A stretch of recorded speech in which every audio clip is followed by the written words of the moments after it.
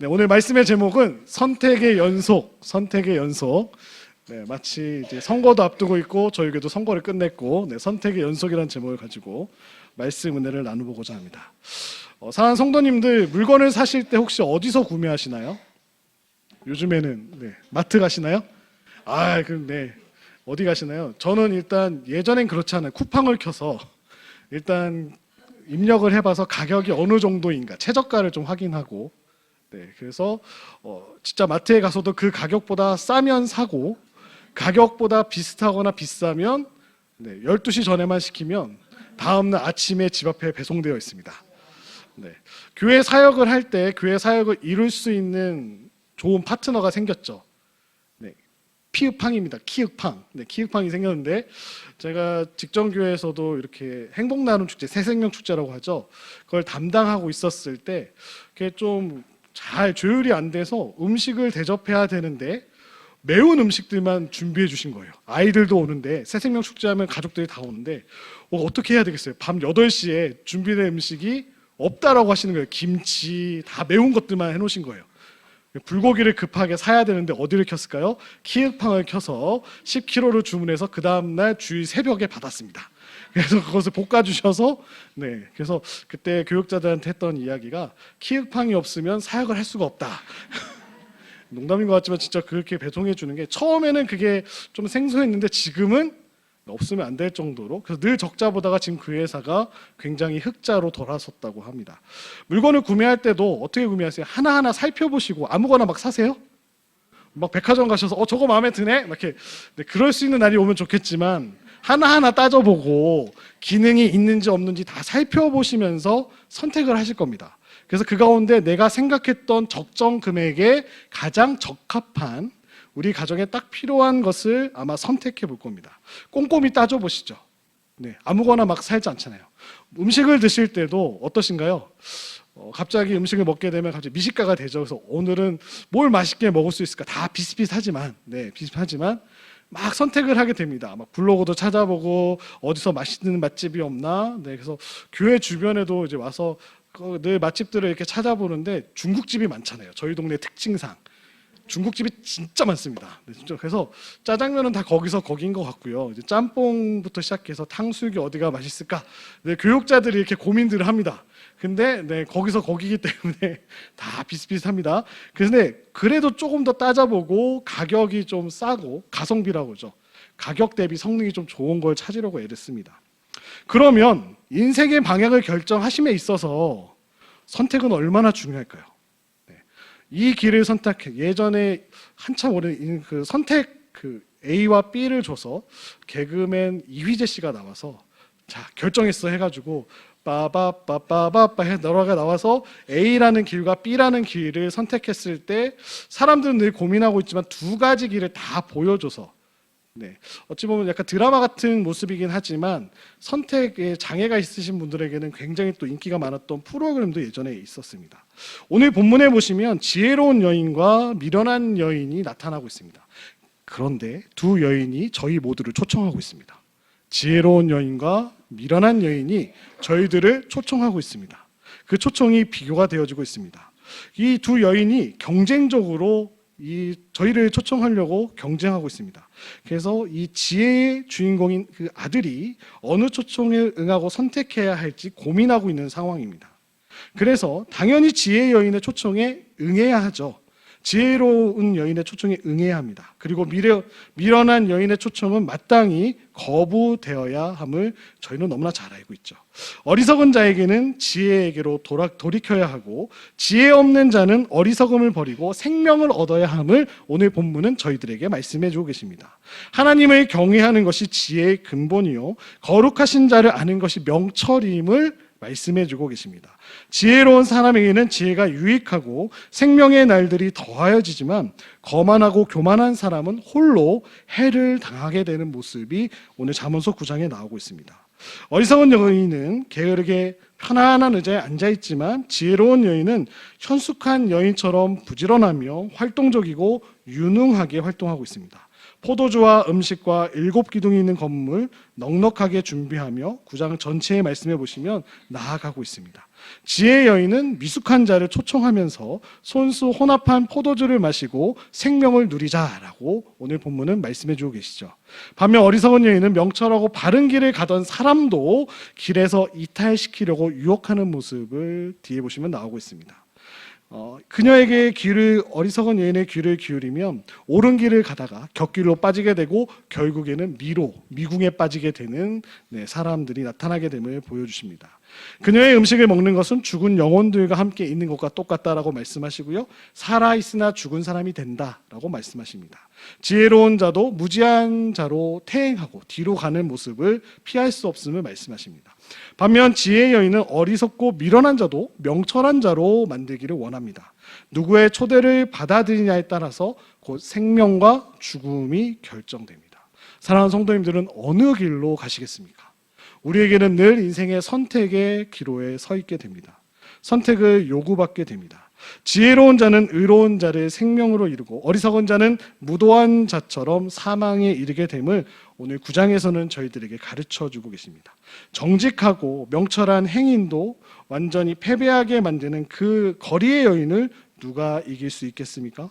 하나님을 경외할 줄 모르는 지 없는 자들은 그렇게 무력하게 다 무너져 버릴 수밖에 없음을 오늘 잠언서 9장에서는 말씀해 주고 계십니다.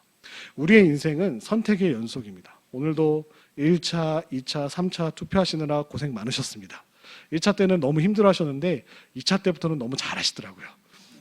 그래서 턱턱 손가락으로 누르시는 스피드가 교육자들이 잠깐 와서 하시는 말씀들이, 와, 2차부터는 우리 권사님들이 날아다니신다고 가르쳐대로 딱딱딱딱딱 하셔서 이렇게 바로바로 이렇게 또 결과가 바로바로 딱 나오니까 이렇게 빨리 임직선거가 끝난 교회에서 사역한 건 처음입니다.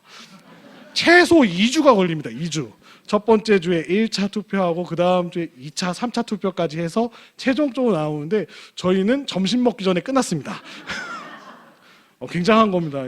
이런 선택을 하신 또 장로님들의 선택도 참 귀하신 것 같습니다. 저희 장인어른도 이제 좀 큰 교회 장로님이신데 임직선거가 얼마 전에 몇 달 전에 있으셨거든요. 굉장히 고생을 많이 하셨다고 하더라고요.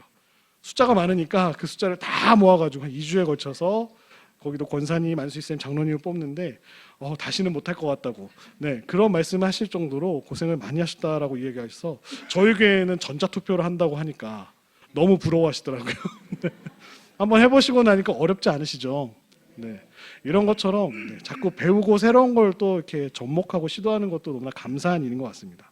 이렇게 선택의 연속을 통해서 저희도 이제 임직자분들을 선택했는데 저희 인생에서도 늘 선택을 할 수밖에 없는 상황에 주어지게 된다는 것이죠. 우리가 하루를 살아도 크고 작은 선택들을 하며 살아가게 됩니다. 아침에 커피를 마실까 말까, 점심에 이걸 먹을까 말까, 그런 수많은 선택들, 작은 것부터 시작해서 다양한 선택들을 하게 됩니다. 중요한 것은 내가 하는 선택이 곧 나의 존재를 만들어가는 데 있다라는 사실입니다. 그뿐만 아니라 나의 나됨은 곧 나다운 선택을 하게 하죠. 결국 내가 하고 싶은 대로 합니다. 주변에서 아무리 좋은 얘기를 해줘도 대부분 사람들은 자기가 하고 싶은 대로 선택을 하게 됩니다. 이처럼 우리 인생은 나의 선택이 나를 만들어가는가 하면 이미 형성된 나라는 사람에 의해서 선택이 결정되기 때문에 나라는 사람이 정말 중요하다고 말씀해요. 그렇다면 인생을 잘 살아가는 일은 어떻게 하면 매 순간 좋은 선택을 할 수 있냐가 좋은 일이 됨을 가르쳐주고 계십니다. 본문 잠언서 9장에 보시면 9장 1장부터 9장까지 나왔던 그 결론이 잠언서 9장입니다. 그래서 1장부터 9장의 핵심을 요약하는 동시에 잠언의 시작 부분을 마침표로 이렇게 삼는 부분이 오늘 읽으셨던 본문 말씀입니다. 그래서 핵심은 9장 본문의 중심부인 읽지는 않았지만 10절 말씀에 나오고 있습니다. 잠언서 9장 10절 말씀을 제가 읽어드리도록 하겠습니다. 여호와를 경외하는 것이 지혜의 근본이요 거룩하신 자를 아는 것이 명철이니라. 힘드실까봐 제가 본문을 읽어드리도록 하겠습니다. 하나님 여호와 경외가 지혜의 근본이다라고 1장부터 9장의 결론을 딱 10절에 말씀해 주고 계십니다. 재밌게도 본문은 10절을 중심으로 앞서 우리가 읽었던 1절부터 6절에서는 지혜로운 여성이 막 초대하고 있습니다. 사람들이. 지혜의 여성 초대하고 있고요. 나중에 집에 가셔서 13절로 18절에 보시면 어리석은 여인이 또 막 초대하고 있습니다. 그것이 비교되고 있습니다. 그래서 우리의 인생의 특정 순간에 선택의 갈림길에 서게 되는데 그 길이 지혜로운 길과 어리석음의 길로 나뉜다라는 말씀을 9장에서 해주고 계십니다. 마치 시편 1편을 읽어보시면 복 있는 사람, 행복한 사람을 칭송하면서 의인의 길로 갈 것인지 악인의 길로 갈 것인지 비교해주는 모습과 비슷하게 나타나고 있습니다. 잠언서 9장의 말씀에 있는 저희에게 지혜의 길을 선택할 것을 권면하고 계심을 저희들은 너무나 잘 알고 있습니다. 그런데 잠언서 9장의 두 여인이 대조되고 동시에 닮은 꼴의 모습을 하고 있다는 것이 참으로 재밌게 나타납니다. 첫 번째로는 지혜로운 여성과 어리석은 여인 둘 다 우매한 자를 향해서 자신에게 오라고 초대합니다. 그리고 두 번째로 그들을 자신들이 전달하고자 하는 교훈을 위해 같이 밥을 먹자라는 은유법을 사용하고 있다는 점이 또 비슷하고요. 셋째로는 지혜로운 자는 교훈으로 인해서 더욱 지혜로워지고 어리석은 자의 교훈으로 인해 더 어리석어진다는 점이 좀 다릅니다. 마지막으로 지혜로운 여인은 사람들의 생명으로 초대하고 있고 어리석은 여인은 그들을 죽음으로 초대하고 있는 모습이 달라지고 있습니다. 그러면 우리는 지혜자가 되어 생명의 길로 가느냐 아니면 어리석은 자가 되어 죽음의 길로 가느냐 갈림길에서 어떻게 해야 될까요? 답을 다 알고 계시죠? 네, 죽음의 길로 달려가시겠습니까? 아니죠. 지혜를 선택하는 분별력을 길러야 합니다. 성경은 우리에게 분별할 것을 당부하고 계십니다. 그 이유는 거짓 선지자가 세상에 나왔고 사탄도 자신의 광명한 천사로 가장하고 있기 때문이라고 고린도전서 11장 14절에 말씀하고 계십니다. 잠언서 9장에서 어리석은 여인은 마치 자신이 지혜로운 여인인 듯 가장하여 자신의 길을 똑바로 가는 자들에게 우매한 자는 이리로 돌이키라라고 초대하고 올바로 가고 있는 사람들을 자꾸 유혹한다는 것이죠. 그래서 유혹에 빠지지 않게 지혜를 선택하기 위해서 필요한 것은 바로 분별력이라는 것을 말씀해 주고 계십니다. 영적 분별이죠. 영적 분별이라는 것은 우리가 어떤 체험을 했을 때 그것이 하나님께로 온 것인지 아니면 악한 영들에게 온 것인지 밝히는 것이죠. 중요한 것은 나에게 접근한 대상이 지혜로운 여인인지 아니면 어리석은 여인인지가 아니라 나 자신의 영적 상태가 어떠하냐가 중요하다는 말씀입니다. 내 자신의 영적 상태요. 왜냐하면 본문의 지혜로운 여인과 어리석은 여인은 단지 우리를 초대할 뿐이지 억지로 길을 돌이키도록 하지는 않기 때문입니다. 두 사람 다 초대만 하고 있습니다. 중요한 것은 나의 영적 상태입니다.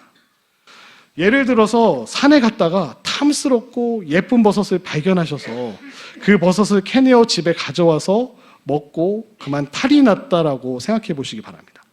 여름과 봄, 가을에 그 독버섯을 드셔서 산행 가셨다가 너무 비슷하게 드셔서 이렇게 응급실에 오시는 분들이 굉장히 많다고 하시더라고요. 근데 그 버섯이 독버섯이었는데 독버섯이 제발 독버섯이 딱 절 먹어주세요라고 저를 가져가서 집에서 요리해서 드셔주세요라고 요구했을까요? 아니죠. 걔는 그냥 거기 있었습니다. 그냥 내 마음이 쟤는 먹을 수 있을 것 같아. 집에 가서 맛있게 요리를 해서 먹어야지. 스스로 캐서 먹을 뿐이었다는 것이죠. 제가 선택한 것이죠. 분별에서, 즉 분별 중요한 것은 대상보다도 선택의 주체인 내 자신이 더 중요하다. 우리 자신이 중요한 것입니다. 그래서 청교도들 아시죠? 청교도 신앙의 지키기 위해서 영국으로부터 이제 박해를 받아서 신대륙을 왔던 청교도들이 자신의 영적 상태를 살펴보기 위해서 매일매일 일기를 썼다고 합니다. 일기를 썼다고 합니다. 그래서 우리가 지혜를 선택하는 이 분별하기 위해서는 나의 영적 상태가 지혜를 갈망하는지 어리석음을 갈망하고 있는지 돌아보아야 함을 말씀해 주고 계십니다. 왜냐하면 우리가 열망하는 것으로 우리 자신을 채우려고 하기 때문입니다. 그러므로 우리의 인생의 갈림길에서 지혜의 여인과 어리석은 여인이 우리에게 막 이렇게 오라고 손짓할 때 어리석은 여인을 거부하고 지혜의 여인의 손짓에 기꺼이 응답할 수 있는 영적인 갈망을 키우며 살 수 있어야 될 줄로 믿습니다. 날마다 성령 충만하십시오. 깨어 계십시오. 영적 상태를 늘 체크하십시오. 점검하십시오. 하나님 앞에, 말씀 앞에 나아가시려고 노력하십시오. 하나님이 우리를 옳은 길로 인도해 주실 줄로 믿습니다. 두 번째로 지혜를 먹어야 됨을 말씀하고 계십니다. 잠언서 9장에 보시면 오늘 읽었던 말씀대로 두 여인이 모두 식사 초대를 하고 있습니다. 밥을 같이 먹자라고 초대를 하고 있습니다. 신약과 구약을 막론하고 성경에는 먹는 이야기가 참으로 많이 등장합니다. 구약 성경에서도 보시면 성경 인물들은 싸우던 사람들이 화해할 때 함께 먹기도 했고요. 특별한 일을 앞두고도 함께 먹었습니다. 그 외삼촌 라반의 집을 도망쳐 나왔던 야곱이 서로의 오해를 풀며 함께 또 밥을 먹는 장면이 창세기 31장에 나오기도 하고요. 또 사무엘이 그 사이가 안 좋아진 사울 왕에게 기름 붓기 전에도 함께 밥을 먹게 되는, 그를 왕으로 세우기 전에도 같이 식사하는 모습도 나오게 됩니다. 예수님께서도 우리와 교제를 나누시는 것을 먹는 것으로 많이들 표현하셨습니다. 주님이 특별히 많이 드셨습니다. 그래서 바리새인들과 서기관들은 늘 먹기를 탐하는 자냐라고 말할 정도로 늘 예수님을 보면 가난한 자들 또 죄인들과 함께 식사하고 계시는 모습들을 늘 그들은 목격할 수 있었습니다. 먹는다라는 것은 특별한 관계가 있다는 거죠. 그거를 성례로 표현하면 관계적 성례라는 좀 용어로 사용한다고 합니다. 그러니까 성찬식을 할 때 생명의 떡이신 주님을 먹고 마시며 주님을 깊이 만나는 것처럼 이 관계를 통해서 하나님께 세워가시는 것을 말씀해 주고 계십니다. 9장에 나오는 이 지혜로운 여인과 어리석은 여인이 식사를 통해 은유적으로 표현하는 것은 사람들을 그렇게 초대하는 것은 우연이 아님을 말씀해 주고 계시죠. 지혜를 먹는 것은 지혜와 관계를 맺는 것이고 어리석음을 먹는 것은 어리석음과 관계를 맺는 것임을 말씀해 주고 계십니다. 실제로 우리도 먹는 것으로 우리 자신을 구성하기도 합니다. 내가 먹은 것이 곧 나인 것임을 보여주게 되죠. 우리가 지혜를 먹을 때 지혜와 사귀게 되며 지혜로 우리 자신을 구성할 수 있음을 오늘 본문은 말씀해 주고 계십니다. 그래서 무엇이 지혜인지 분별하고 선택했다면 그 다음에 해야 할 일은 선택한 지혜를 먹으며 지혜로 우리의 자신들을 채워 나아가는 됨을 말씀해 주고 계십니다. 세 번째로 보시면 지혜의 그 높은 곳을 확보해야 된다는 것을 말씀해 주고 계십니다. 사람은 어느 한순간 단번에 어리석어지고 죄인이 되지는 않습니다. 적어도 몇 번 이상 수십 번, 수백 번의 유혹과 기회를 통해 어리석은 사람이 되어져 갑니다. 처음부터 도박에 빠지지 않습니다. 한번 땡겨서 그 당첨됐던 그 기분, 그것을 잊지 못해서 거기서 헤어나오지 못하는 사람들이 너무나 많다라고 이야기합니다. 한 번에 잘못된 길을 들여놨다가 나오지 못하는 사람들이 많다는 것과 똑같았죠. 적어도 그 수많은 유혹과 기회를 통해서 어리석은 죄인이 됩니다. 피해야 할 때 피하지 못하고 돌이켜야 할 때 돌이키지 않고 회개해야 할 때 회개하지 못하면 마침내 마음이 굳어지고 마는 것임을 말씀해 주고 계십니다. 그래서 영국의 유명한 C.S. 루이스라는 작가는 모든 선과 악은 복리로 증가한다라고 말했습니다. 은행 이자를 놓으시면 단리 복리가 나오잖아요. 복리로 선과 악이 증가한다라고 말했습니다. 가령 오늘 내가 이웃에게 덕이 되는 말 한마디를 했다고 하면 그것이 단지 덕이 되는 말 한마디가 아니라 영적으로 굉장한 전략적 요충지를 점령한 일과 똑같아서 그 다음에 더 큰 승리를 가져다주는 계기가 된다라고 그는 말했습니다. 반대로 내가 오늘 거짓을 말하고 더러운 말을 하고 비방하는 말을 했다고 한다면 그것은 단지 이웃에 대해 뒷말한 것 이상으로 사탄에게 중요한 나의 영적 고지를 빼앗긴 것과 같아서 이후에 그 일로 인하여 악한 영들에게 공격의 빌미를 제공할 수 있다라고 또 그는 말하기도 했습니다.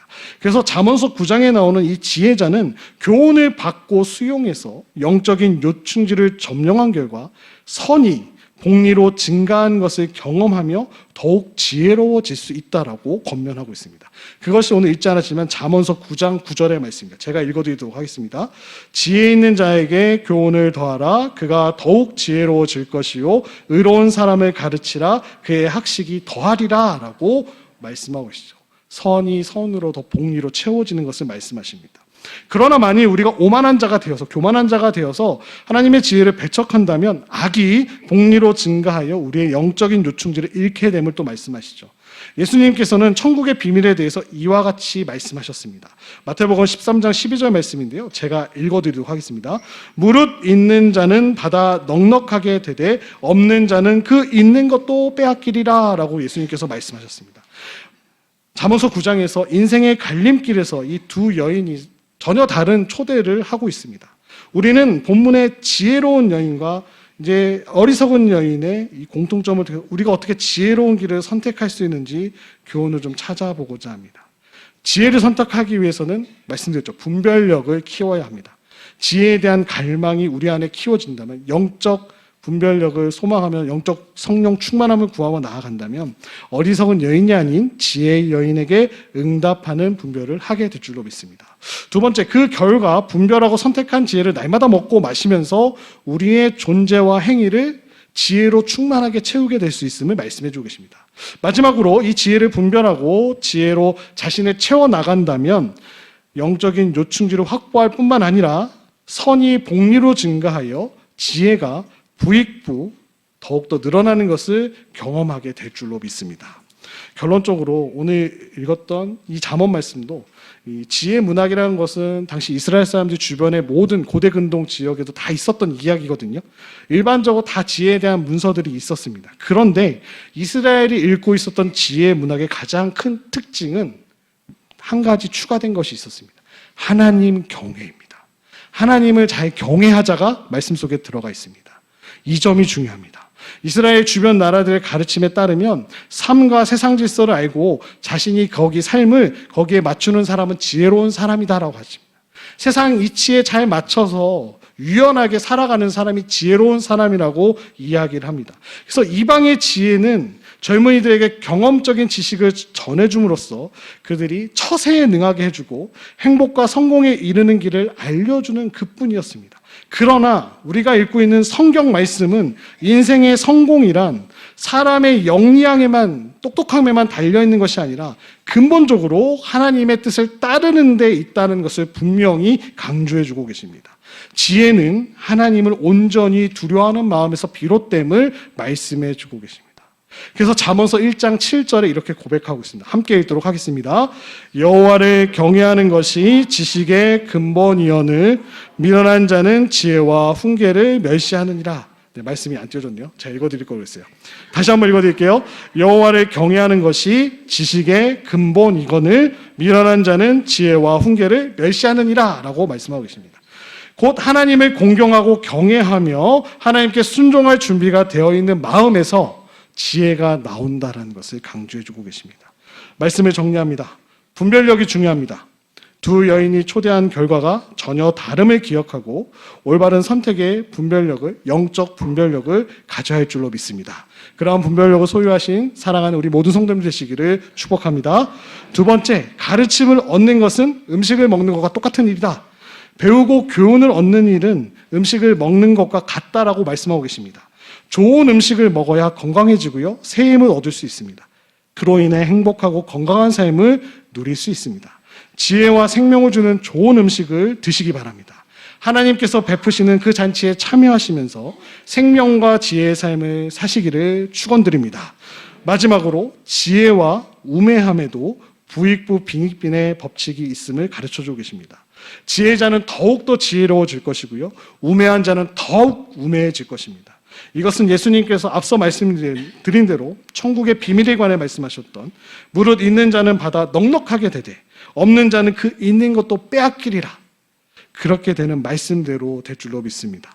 그러므로 지혜자로 사는 것이 중요합니다. 선택의 연속에서 하나님을 더욱더 경외하시고 거룩하신 자를 아는 삶을 통해서 지혜롭고 명철한 삶을 매일매일 살아나가시는 사랑하는 우리 인천중앙교회 이 자리에 나오신 성도님들 되시기를 주님의 이름으로 축원드립니다.